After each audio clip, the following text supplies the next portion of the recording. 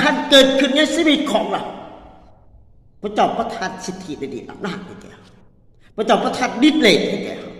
โมเมนต์ว่าผู้นี้ทำไรผู้นั้นทำบ่ไร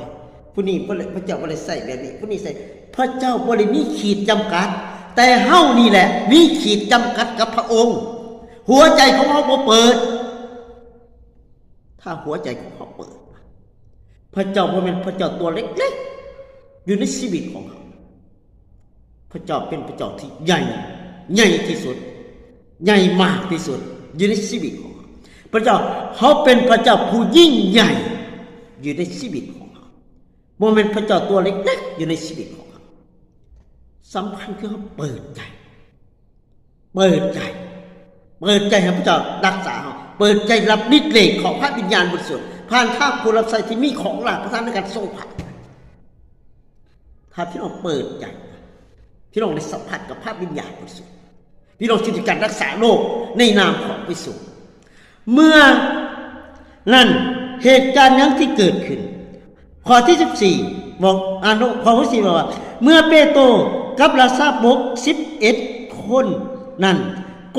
ก็ได้ยืนอยู่ที่นั่นพวกเพิ่นเริ่มกล่าวด้วยเสียงดังแก่ประชาชนว่าพวกยิวและพวก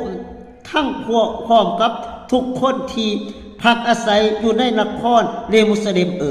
จงเข้าใจเรื่องนี้ขอและโปรดฟังข้าพเจ้ากล่าวนี่คนเหล่านี้เขาบ่ได้เมาเราที่นั่งที่พวกทานคิดพอยังเป็นเวลา3 โมงเช้าเหตุฉะนั้นที่พวกทานได้เห็นและได้ยินนี่แม่นเป็นที่ตาม